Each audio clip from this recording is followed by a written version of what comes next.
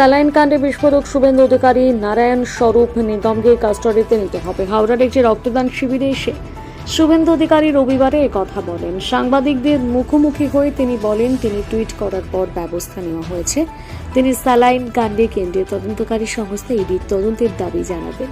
তিনি বলেন, এ তো মানি লন্ডারিং। 2022 সালের টেন্ডার শেষ হয়ে যায়, ব্ল্যাকলিস্টেড কোম্পানিকে দিয়ে টেন্ডার করিয়েছে। সংস্থার বর্তমান ডিরেক্টর মুকুল ঘোষের সরাসরি কালীঘাটের যোগ রয়েছে। সস্তার জাল ওষুধ সরবরাহ করে সাধারণ মানুষকে এরা মেরে ফেলেছে, এদের জেলে পাঠাতে হবে। পাশাপাশি এদিন তিনি আর কি বলেছেন শোনাব।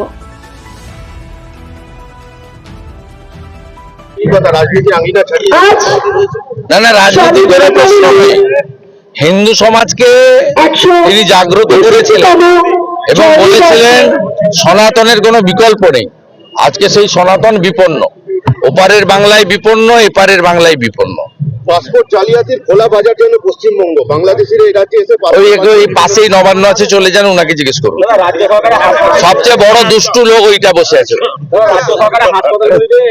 স্যালাইন ইস্যুতে টাকা কি খবর? How are you? Fine. What class do you reading?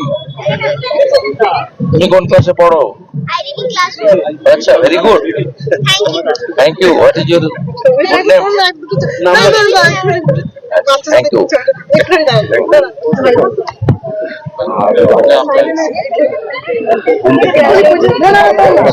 তাড়াতাড়ি করো, 100 জনের কার্ড নিতে সময় ছিল। ঠিক আছে, থ্যাংক ইউ, থ্যাংক ইউ।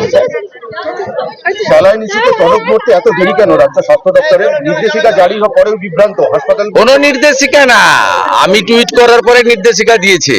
ওদের যে 13 জনের কমিটি গেছিল, ওখানে ওরা ফিরেছে সন্ধ্যায়। ওরা রিপোর্ট দিয়েছে সন্ধ্যার পরে 2:48 কালকে দুপুরবেলা করেছে।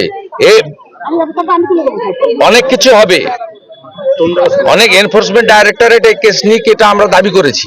পশ্চিমবঙ্গ ফার্মাসিউটিক্যালের এবং আমি নাড্ডাজিকে বলেছি, ডাইরেক্টর অফ মানে আমাদের ডাইরেক্টর অফ যে ড্রাগ কন্ট্রোল আছে, তারা এখানে এসে অ্যাকশন নিক, ব্যবস্থা নিক। কেন্দ্রীয় এজেন্সি দাবি করবেন এটা নিয়ে? হ্যাঁ, কেন্দ্রীয় এজেন্সি তদন্তের দাবি করবেন। এনফোর্সমেন্ট ডাইরেক্টর নেবে, মানি লন্ডারিং তো। একটা ব্ল্যাক লিস্টেড কোম্পানিকে দিয়ে টেন্ডার করেছে, 22 সালে টেন্ডার শেষ হয়েছে। নারায়ণ স্বরূপ নিগমকে কাস্টডিতে নিতে হবে।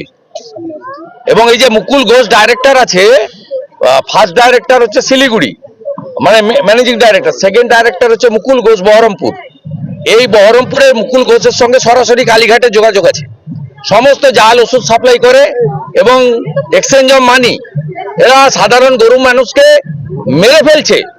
মুখ্যমন্ত্রীর বাড়ির কোনো লোক সরকারি হসপিটালে যায় না, তারা প্রাইভেট হসপিটালে যায়, সিঙ্গাপুরে যায়, আর আমেরিকাতে যায়, হপকনসে যায়, যেখানে 1 কোটি টাকা ডিপোজিট রাখতে হয়। আমেরিকার রাষ্ট্রপতির চিকিৎসা হয়, আর আমাদের সাধারণ লোককে মারছে। বিকল্প ওষুধের ব্যবস্থা না করে এগুলোকে বন্ধ করে দেওয়া হলো, ফলে গ্রামে না, বন্ধ তো করতেই হবে। বন্ধ শুধু করা না, জেলে পাঠাতে হবে। বিকল্প ওষুধের ব্যবস্থা করাও তো রাজ্য স্বাস্থ্য দপ্তরের দরকার।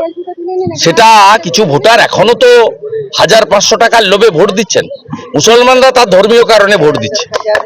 সব মুসলমান ভোট দিচ্ছে, তারা মোদিজির কাছ থেকে গ্যাস নেবে, শৌচালয় নেবে, বাড়ি নেবে, ভোট দেবে না। উত্তরপ্রদেশের একটা জায়গার নাম আছে, গ্রামের নাম রামপুর। রামপুরে 7000 জনসংখ্যা, 5,500 ভোটার। মোদিজির আবাস পেয়েছে 550 জন, আর বুথে ভোট গণনার সময় দেখা গেছে একটা ভোটও পদ্মে দেয়নি। মুসলিম জানে যে তারা নরেন্দ্র মোদীকে রুখতে গেলে কোথায় ভোট দিতে হবে।